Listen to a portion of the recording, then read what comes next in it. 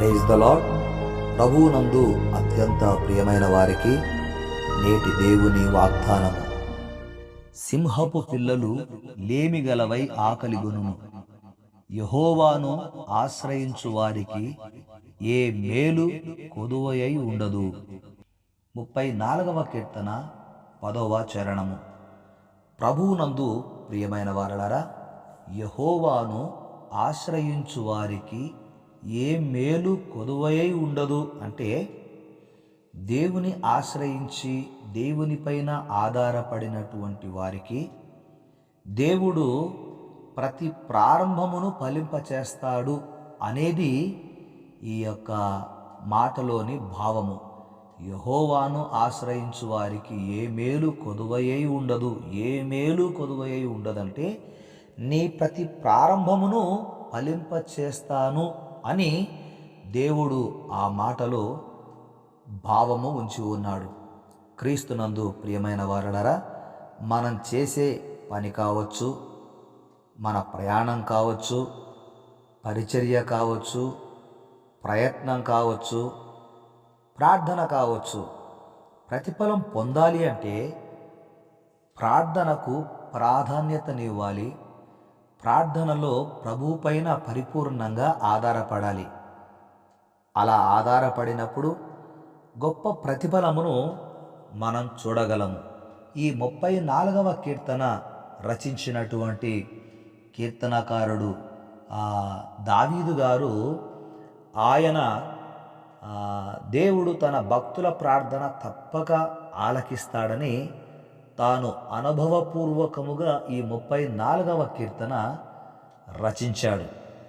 క్రీస్తునందు ప్రియమైన వారలారా, ఈ యొక్క కీర్తన ఆయన రచించడములో దేవుడు తన ప్రజలకు గొప్ప దీవెనలను వాగ్దానము చేశాడు, వాటిని అనుగ్రహిస్తాడు అని తెలియచేశాడు. అయితే మనము ఆయనతో అనగా దేవునితో, యేసుక్రీస్తుతో సరైన సంబంధము కలిగి ఉంటే, ప్రార్థనా సహవాసము కలిగి ఉంటే, దేవుడు చేసే కార్యాలు ఒక 8 మనము గమనించాలి. ఒక 8 కార్యాలు దేవుడు చేస్తాడు. 1, భయము నుండి తప్పిస్తాడు. 34వ కీర్తన 4వ చరణము. 2వది, శ్రమలన్నిటిలో నుండి రక్షిస్తాడు. 6వ చరణము. 3వది, చుట్టూ కావలి ఉండి రక్షిస్తాడు. 7వ చరణము. 4వది, మంచితనమును కలిగి సహాయం చేస్తాడు. 8వ చరణము. 5వది, మన అవసరతలన్నిటిలో మనకు సహాయం చేస్తాడు. 9వ చరణంలో. 6వది, ఏ మేలు కొదువై ఉండదు అన్నాడు. 10వ చరణంలో ఏ మేలు కొదవ ఉండదు అంటే, నీ ప్రతి ప్రారంభము కొదవ లేకుండా ఫలింపచేస్తాడని దాని భావం. 7వది, మన మొర్రను ఆయన ఆలకిస్తాడు అంటే, మనము దేవునికి చేసే ప్రార్థన ఆయన త్రోసివేసేవాడు కాదు. నాకు మొర్రపెట్టుము, నీకు ఉత్తరం ఇచ్చేదనని ఇర్మియా గ్రంథం 33వ అధ్యాయము 3వ వచనంలో దేవుడు ఇర్మియా ద్వారా వ్రాయించాడు. కనుక మనం మొర్ర పెడితే ఆయన ఆలకించడానికి మనకు సమీపంగా ఉన్నాడు. మనకు సమీపంగా ఉన్నట్లు ఏ దేవుడు మనకు సమీపంగా ఉన్నాడు? ఈ దేవుడు మనకు సమీపంగా ఉన్నట్లు ఏ దేవుడు మనకు సమీపంగా ఉన్నాడని బైబిల్ సెలవిస్తూ ఉంది. కనుక మన మొర్రను ఆలకిస్తాడని 34వ కీర్తన 15వ చరణంలో వ్రాయబడి ఉంది. 8వదిగా, విమోచిస్తాడు అంటే ప్రతి బంధకముల నుంచి మనకు విడుదల దయచేస్తాడు.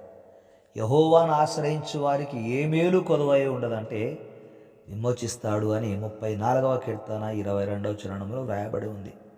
ఇలాంటి ఉపకారములు, దీవెనలు ఎన్నో దేవుడు తన భక్తుల పక్షంగా చేయగలడు అని ఈ కీర్తనాకారుడు రూఢిగా తెలియచేశాడు.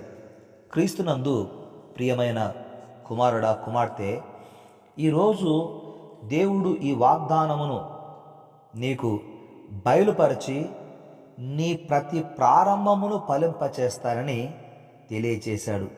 కనుక నీవు ఒక్కటి గుర్తుంచుకోవాల్సిన విషయం ఏంటంటే, నీ పని కావచ్చు, నీ ప్రయాణం కావచ్చు, నీ పరిచర్య కావచ్చు, నీ ప్రయత్నం కావచ్చు, నీ ప్రార్థన కావచ్చు, ప్రతిఫలము చూడాలనుకుంటే యెహోవాను ఆశ్రయించిన అనుభవంలో నీవు ఉండాలి. యెహోవాను అనగా యేసయ్యను ఆశ్రయించిన అనుభవంలో నీవు ఉన్నావు గనక, ఆ అనుభవంతోనే నీవు జీవిస్తున్నావు గనక, ఆ దేవాది దేవుడు నీ ప్రతి ప్రారంభమును ఫలింపచేస్తానని తెలియచేశాడు. నీవు ఆయనను ఆశ్రయించినంత కాలము నీకు ఆయన ప్రతి అవసరమును తీరుస్తాడు. కీర్తనల గ్రంథము 20 కీర్తనలో మరొక మాట కీర్తనకారుడు దావీదు గారు రాసి ఉంచారు. 20 కీర్తన 4వ చరణంలో, నీ కోరికను సిద్ధింపచేసి నీ ఆలోచన యావత్తూ సఫలపరచును అని రాయబడి ఉంది. నీకు ఏదైతే కోరిక ఉందో, దైవికమైన కోరికలు, దేవుని చిత్తంలో, దేవుని ఉద్దేశములో, అవన్నీ కూడా సఫలమవుతాయి. నీ ఆలోచన యావత్తూ ఆయన సఫలపరుస్తాడు. దేవుని బిడ్డలకు ఆయన ఏది కొరతగా ఉంచడండి. సింహపు పిల్లలు లేమిగలవై ఆకలిగొనునేమో కానీ దేవుని ఆశ్రయించిన వారికి, యేసయ్యను ఆశ్రయించిన వారికి ఏ మేలు కొదువై ఉండదు. వారి కోరిక సిద్ధింపజేయబడుతుంది, వారి ఆలోచన నెరవేరుతోంది. కనుక దేవాది దేవుడు ఆ యేసు ప్రభువు నిన్ను నీ కోరికను సిద్ధింపచేసి నీ ఆలోచన యావత్తు సఫలపరచునుగాక. దేవునికి స్తోత్రం. అట్టి కృపలో దేవుడు నిన్ను కొనసాగింపచేయుటకు ప్రార్థన చేద్దాం. పరిశుద్ధుడువైన మా తండ్రి, మీకు వందనాలు చెల్లిస్తున్నా.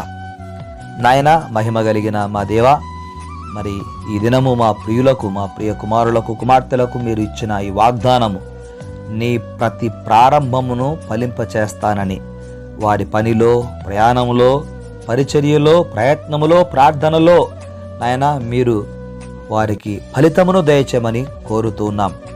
మిమ్మును ఆశ్రయించారు, మీ పైన ఆధారపడ్డారు, ఆనుకున్నారు నాయన. వారి జీవితంలో గొప్ప కార్యములు మీరు జరిగించమని ప్రార్థిస్తున్నాం.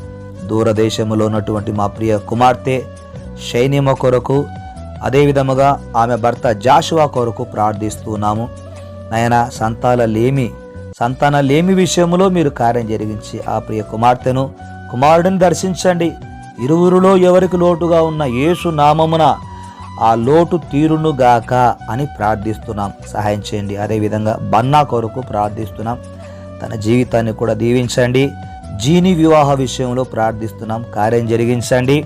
మహిమ కలిగిన మా తండ్రి, మీకే స్తోత్రాలు చెల్లిస్తూ బన్ను క్యూటుని కూడా జ్ఞాపకం చేసుకుని ఆ యవన జీవితాలను నాయన కుడికైన ఎడమకైన తొలగిపోకుండా సహాయము చేయమని మా ప్రభు రక్షకుడైన యేసు నామమున ప్రార్థించినవన్నీ పొంది ఉన్నాము తండ్రి. ఆమెన్.